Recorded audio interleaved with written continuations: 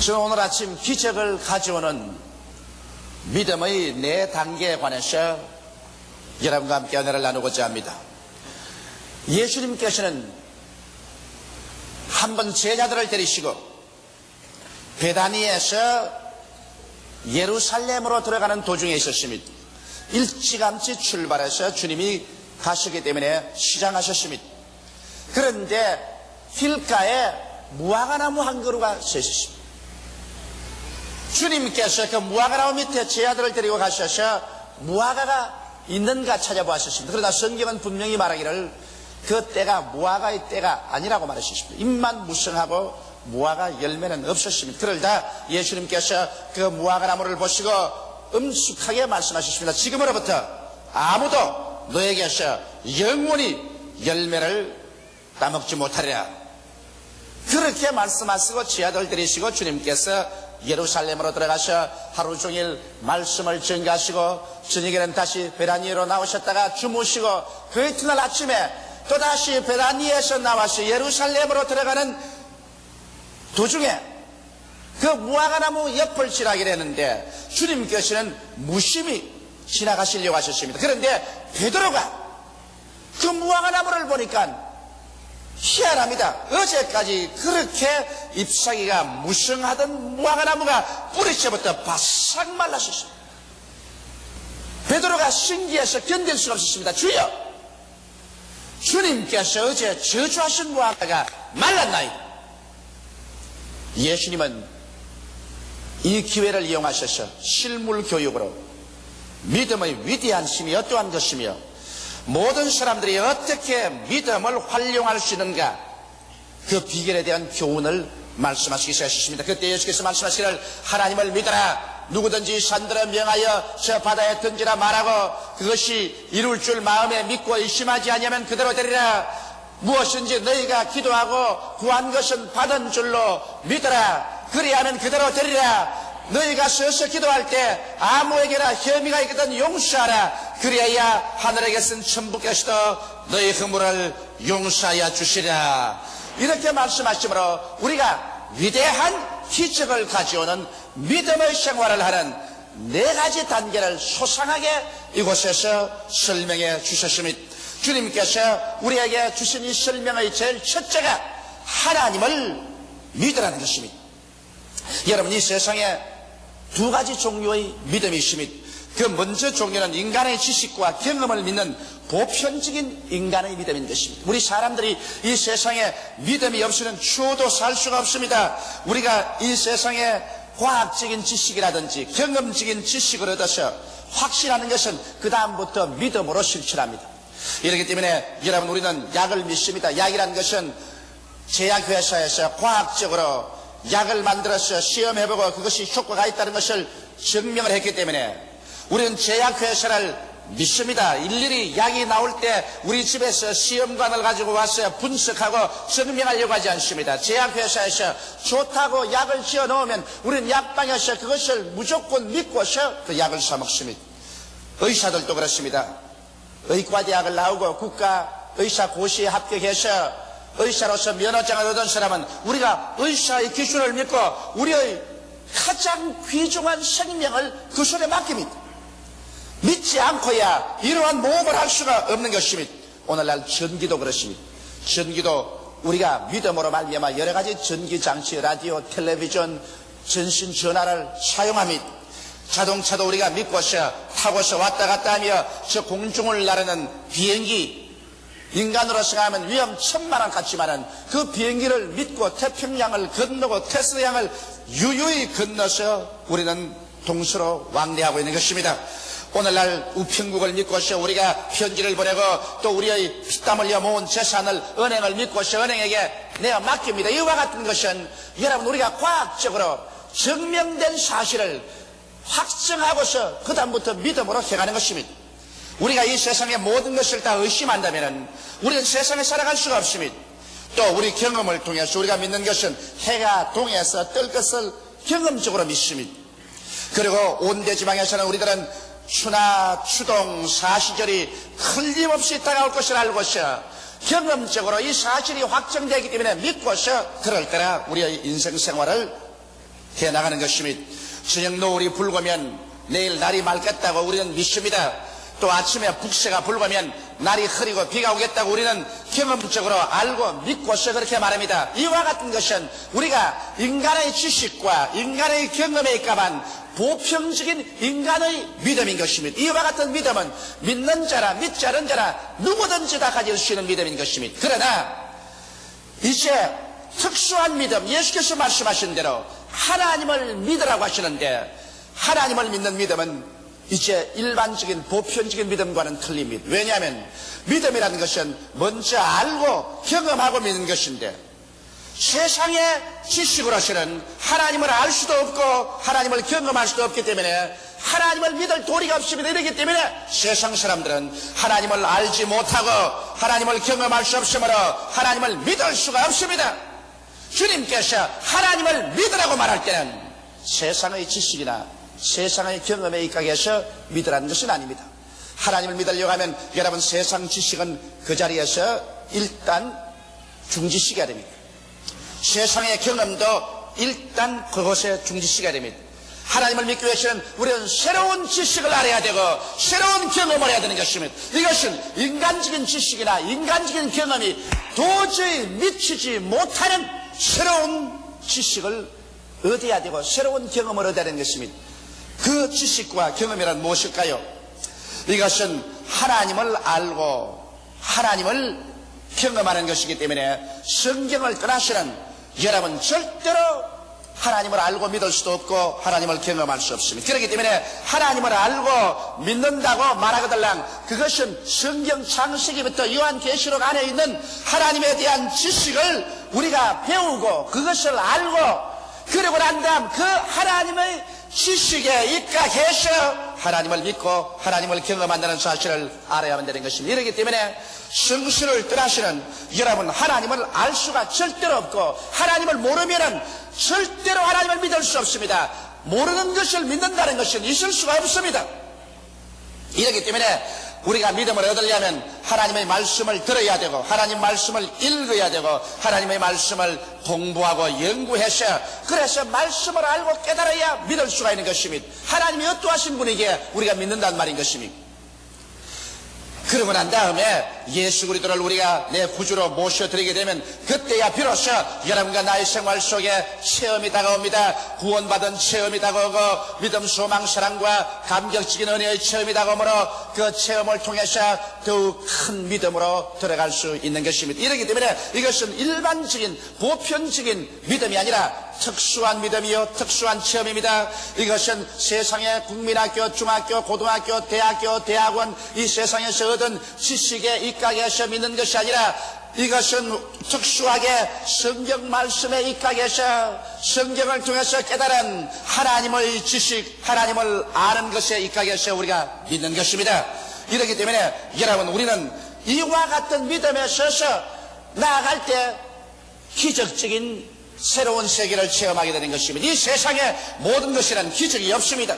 이 세상에는 인간의 지식과 아는 것을 통해서 믿어 행하기 때문에 과학적이고 논리적이고 이성적인 것이지만은 우리가 하나님에 대한 믿음이라는 것은 성경을 통해서 하나님에 대한 지식을 알고 깨닫고 믿고 경험하기 때문에 하나님은 창조주이시므로 우리는 그 가운데서 놀라운 기적을 체험할 수가 있는 것입니다. 하나님의 뜻을 우리가 알아보면 여기에 놀라운 뜻들이 많습니다. 하나님은 예수를 보내셔서 우리를 구원하시기를 원하신다는 지식이 성경에 기록되기 때문에 우리는 구원을 믿을 수 있고 구원을 받을 수 있습니다. 우리는 성경을 통해 하나님께서 여러분과 나를 치료하기를 원하신다는 지식을 얻을 수가 있습니다. 예수께서 우리 연약한 것을 친히 담당하시고 병을 짊어지고 가셨다는 지식이 여기에 있기 때문에 그것을 알고 우리는 예수 이름으로 병 나을 것을 믿고 기도할 수 있는 것입니다. 우리는 성경을 통해 하나님께서 원수 마귀의 권세를 철폐하시고 무장을 해외에 세제하시고 마귀를 주님께서 멸하셨다는 것을 기록해 놓았기 때문에 마귀의 회방에서 우리를 건져줄 것을 우리가 믿고서 하나님께 기도할 수 있습니다. 성경 말씀에 따라서 하나님께서는 여러분과 나의 저주와 모든 낭패와 실망을 예수께 담당시켜서 그리스도께서 우리를 위하여 저주를 받아 십자가에서 돌아가시고 저주를 청산했다는 것을 성경에 기록해 놓았기 때문에 우리가 여기에 대한 지식을 알고 이 사실을 자신을 믿고 우리의 환경에서 저주가 물러가고 아브라함의 축복이 임할 것을 주장할 수가 있는 것입니다.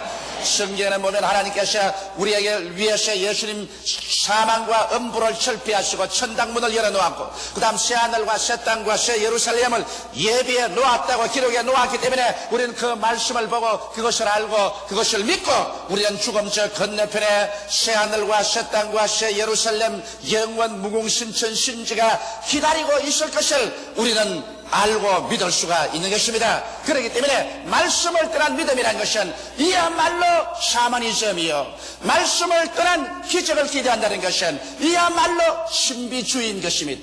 우리는 말씀에 서서 그래서 하나님을 알고 믿고서 나갈 때 이것은 하나님의 역사를 여러분과 나의 생애 속에 체험해서 주의 위대한 기적을 얻을 수 있습니다. 그렇기 때문에 예수님께서는 우리 보고 하나님을 믿으라 이렇게 말씀하신 것입니다. 둘째로 주님께서는 제 아들에게 말씀하시기를 이 산들을 들리어 바다에 던지우라 하며 그것이 이룰 줄 마음에 믿고 의심하지 아니하면 그대로 되리라고 말씀한 것입니다. 여기에서 우리 주님께서는 말의 위대한 능력에 관해서 말씀하고 있는 것입니다.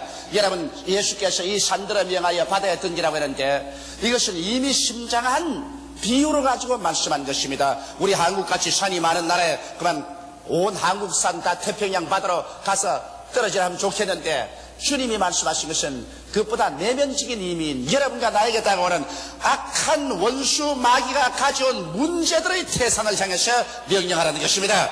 여러분과 내가 살아가는 동안에 우리를 도적질하고 죽이고 멸망시키려는 마귀의 여러 가지 문제들이 부딪히는 것입니다. 죄악의 문제, 질병의 문제, 사람과 사람 간의 알력과 분쟁의 문제, 사업과 생활의 낭패와 실망의 문제, 고통의 문제, 마귀가 가져오는 태산줄령과 같은 문제가 우리에게 부딪혀서 이것을 해결할 수 없고 건너갈 수 없는 이러한 곤경에 처하게 될 때 성경에는 이 산을 향하여 말씀의 위대한 능력을 사용하라는 것입니다.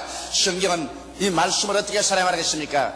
이 산들을 명하여 저 바다에 던지라고 말하라고 말했었습니다.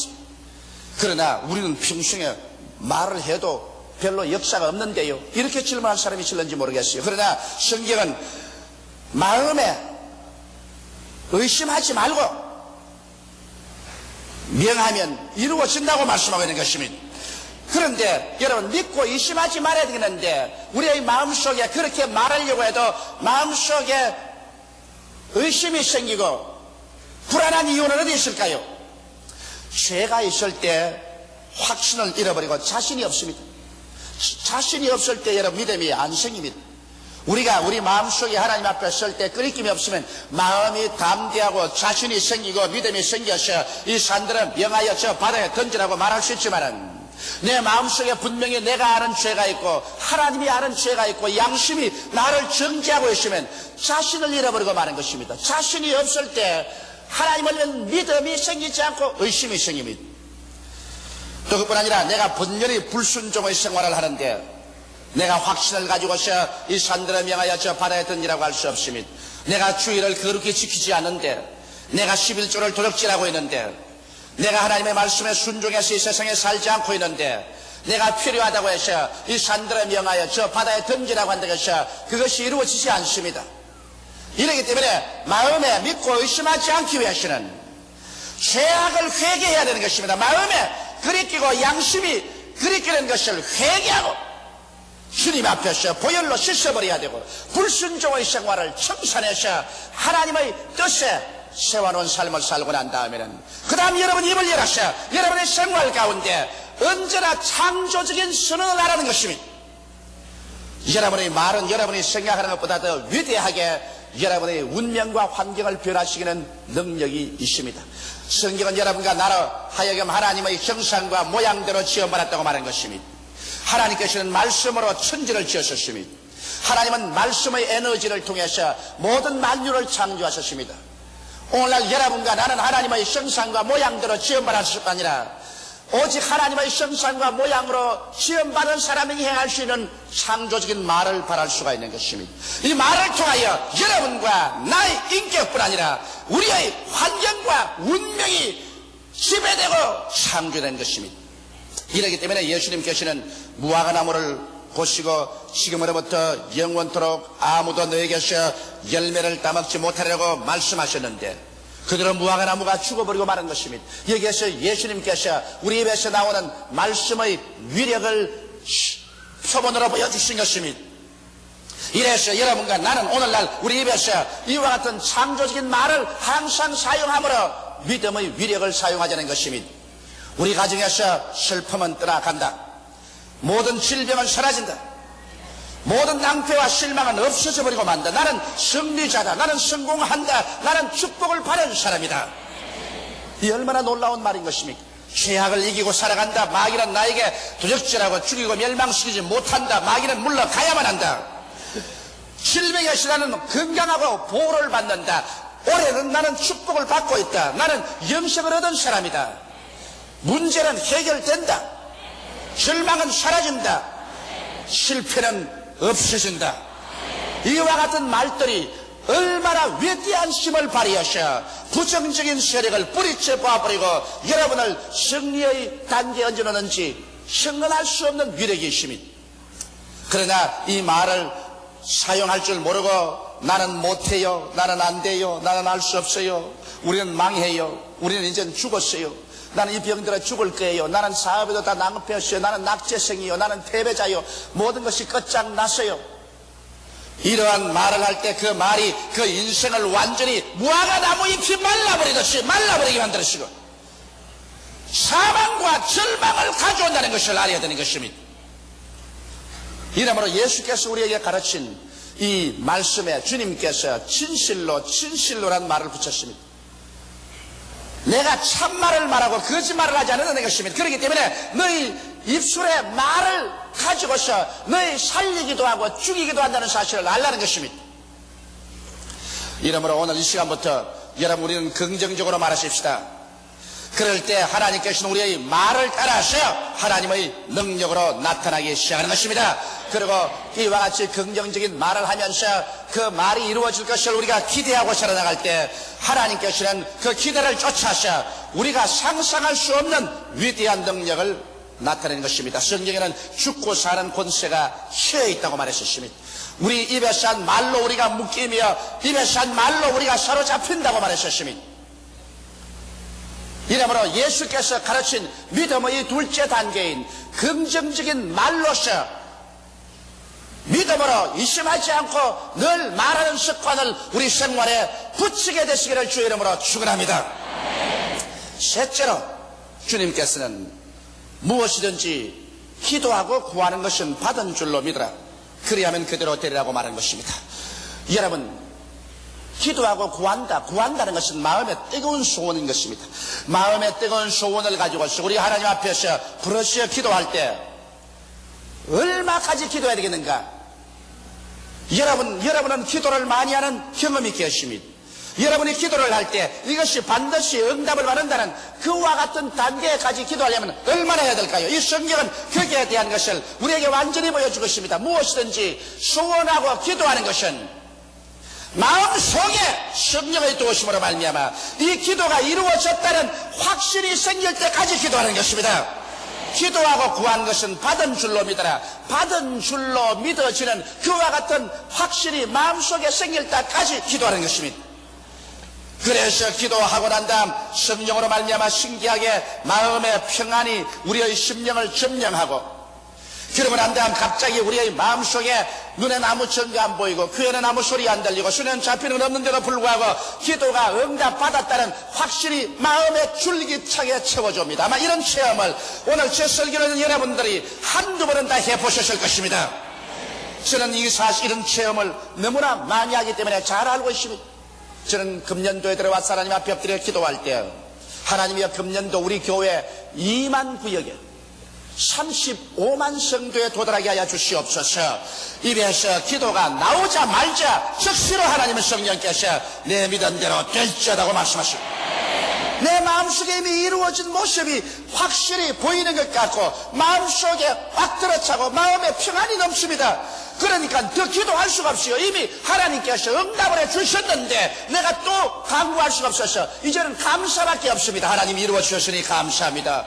이미 마음속에 평안이 오고 없는 것이 있는 것 같이 느껴지고 주님께서 축복을 해주셨으니 이제는 감사밖에 더 있을 것이 없습니다. 이러므로 여러분께서 무엇이든지 기도하거든 받은 줄로 마음속에 확신이 될 때까지 기도하고 확신이 오거들랑 그때부터는 감사하고 긍정적으로 선언하게 되시기를 주의 이름으로 축원합니다. 넷째, 이것은 대단히 중요한 것입니다. 우리의 믿음의 생활 기적을 가져오는 신앙생활에서 아주 중요한 것입니다. 이것은 서서 기도할 때 아무에게나 혐의가 있거든 용서하라. 그래야 하늘에 계신 천부께서도 너희 허물을 용서해 주시라 했었습니다. 우리 하나님께서는 여러분 우리가 이웃에게 마음에 혐의와 원한을 품고 있으면 하나님은 역사하지 않습니다. 왜냐하면 하나님은 사랑이시기 때문에 우리의 마음속에 미움이나 분노를 갖고 있으면 이것은 어떠한 상황에도 하나님께서 응답할 수 없습니다. 왜냐하면 우리는 하나님 앞에서 우리의 한없이 큰 죄를 용서받았었습니다.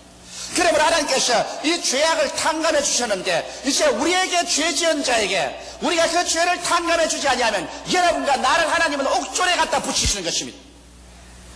그 옥졸은 무엇이냐? 바로 마귀, 질병, 저주, 고통, 괴로움 같은 옥졸에 갖다 하나님 붙여버리는 것입니다. 성경이 그렇게 말하고 있습니다. 현대판으로 설명하면 성경에 마태복음 18장에 보면은 한 사람이 임금에게 빚을 졌는데 얼마나 빚을 졌냐? 100억을 빚을 졌습니다. 우리 한국 돈 100억. 도저히 갚을 수가 없어서 절망에 취했는데 임금이 와서 너희 처자를 다 팔고 재산 다 팔아서 갚으라고 하면 통곡을 하고 울거늘 임금이 불쌍히 여기서 옳다. 네가 100억을 도저히 갚을 수가 없으니 내가 탕감한다. 이제는 빚 없다. 이 사람이 얼마나 감격하고 감사하고 눈물을 흘리고 그렇게 밖에 나가서 자기 동관 하나를 만나며 친구가 자기에게 얼마나 빚을 졌느냐? 4만 원 빚을 졌습니다. 4만 원 빚진 친구의 목살을 잡고 야 이 녀석아 빚 갚아라. 내 시간만 좀 다오. 내 지금 4만 원이 없어 못 가겠다. 이거네. 그를 잡아서 고발해서 감옥에 넣고 말았습니다. 이것을 본 친구가 임금에게 와서 분도 막심해서 이 사실을 고하며 임금이 이 사람 불렀습니다. 야 이 나쁜 놈아, 네가 내게 100억의 빚을 졌어. 네가 갚지 못함으로 내가 불쌍히 네게 탕감해 주었는데 불과 너에게 4만 원 빚진 너희 친구를 용서하지 못하고 감옥에 가두었느냐? 이 녀석을 잡아서 감옥에 넣어서 빚을 다 갚을 때까지 옥졸에 붙여 고생시키라. 그리고 예수께서 말씀하기를 너희도 너희 이웃의 죄를 용서해 주지 아니하면 천부께서 이와 같이 하라고 말하는 것입니다. 천부께서 어떻게 한다 말하는 것입니다. 천부께서 여러분과 나를 옥졸에게 붙여서 그래서 고통을 받게 하겠다는 것입니다. 오늘 수많은 고통이 용서해 주지 못함으로 합니다. 남편이 아내를 용서해 주지 못함으로, 아내가 남편을 용서해 주지 못함으로 그 가정에 남편이 옥졸에 붙이고 아내가 옥졸에 붙여서 그래서 그 빚으로 말미암아 고통을 당합니다. 질병이 다가오기도 하고 풍랑이 다가오고 사업에 실패하고 인간관계 속에서 낭패와 실망이 다가옵니다. 이것은 옥졸에 붙어서 지금 고문을 당하고 있는 것입니다. 여러분, 우리 교회에 와서도 우리 교회 형제끼리 서로 사랑하지 못하고 교회 형제끼리 서로 용서하지 못함으로 말미암아 하나님께서 여러분과 나를 옥졸에 붙여놓으면 우리의 마음속에 평안이 없습니다. 늘 교회에 와서 하나님을 예배하면서도 마음에 기쁨이 없고 평안이 없고 즐거움이 없습니다. 믿음이 자라지 않습니다. 우리가 물론 이 세상에서 사회생활하면서 인간으로서 도저히 용서할 수 없는 사람이 있습니다. 저런 인간을 용서할 수가 있느냐? 그러나 제가 말하는 것은 그 사람이 용서받을 수 없는 사람이지만은 그러함에도 불구하고 나의 속에서는 일방적으로 용서해 줘버리는 것입니다. 그런 용서받을 자격이 없음에도 불구하고 용서해 주는 것입니다. 그러므로 여러분은 어떻게 해야 될까요? 구체적으로 이름을 부르고 용서하십시오. 그리고 도저히 용서할 수 없는 사람에게는 하나님이여 저 사람 용서받을 자격이 없지만은 나는 일방적으로 용서합니다. 그래서 여러분 가슴 속에서 막힌 것은 풀어버리시기 바랍니다. 그래서 하나님 앞에서 한 사람 한 사람 이름을 부르고 예수의 보혈로 말미암아 용서해 줍니다고 그 사람을 용서해 줘버리면 이제 여러분은 하나님 앞에 책임이 없습니다. 여러분과 하나님 앞에는 막힌 담이 없습니다. 오직 그 사람하고 하나님하고는 문제를 해결할 일이 계산같이 많을지라도 여러분은 이제 하나님 앞에서 막힌 담이 없습니다. 용서할 때 하나님의 용서가 여러분의 것이 되고 하나님과의 막힌 담이 흐려지고 여러분의 믿음의 비상한 능력이 역사하고 여러분을 도적질하고 죽이고 멸망시키려고 하는 옥졸인 원수 마귀는 한 길로 왔다가 7길로 도망을 쳐버리고 말 것입니다. 여러분, 기적이란 인간의 상식을 초월하고 인간의 지식으로는 설명할 수 없습니다. 왜냐하면 기적은 인간의 지식이나 인간의 경험에 소속한 것이 아닙니다. 기적은 하나님의 지식과 하나님의 경험에 소속한 것이요 하나님은 무엇이든지 기적으로 행하시는 것입니다. 이렇기 때문에 우리가 오늘 예수께서 말씀하신 대로 하나님을 우리가 믿고 우리가 창조적인 선언을 할 줄 알고 그리고 우리가 기도하되 마음속에 받은 줄로 확신이 올 때까지 기도하고 확신이 설 때라는 게 믿음으로 감사하고 그리고 우리 이웃에게 원한진 것을 우리 편에서 예수 이름으로 용서해 줘버리고서 마음에 홀가분하게 주 앞에 서시면 여러분이 일어서고 앉는 곳마다 하나님께서 오늘날 또 성령으로 같이 하셔서 기적이 일어나게 되는 것입니다. 우리의 생활에 문제가 해결되고 위대한 축복이 다가오게 되는 것입니다. 다 같이 우리에게 기도드리겠습니다. 살아계신 하나님 우리 아버지, 오늘날 우리의 삶에 얼마나 기적이 필요한지 모릅니다. 기적은 문제의 해답이 되고 기적은 하나님을 체험할 수 있는 길이 되고 기적은 우리의 마음속에 영혼에 대한 끝없는 소망이 되옵나이다. 아버지 하나님이시여, 그러나 하나님을 믿는 믿음이란 세상의 지식으로 하나님을 알 수 없으니 믿을 수도 없고 하나님을 체험할 수 없으니 믿을 수도 없습니다. 하나님을 믿는 믿음은 오직 성경을 통하여 하나님을 알고 깨닫고 그리고 믿을 수가 있으며 예수를 구주로 모시고 하나님을 체험하고 더욱 믿을 수가 있사오니 우리의 신앙이 성서 중심이 되게 도와주시옵시고 예수 중심이 되게 도와주시옵시고 그리고 우리의 믿음이 하나님의 기적을 우리의 생활 속에 가져오게 하여 주옵소서. 예수님 이름 받들어 기도하옵나이다. 아멘.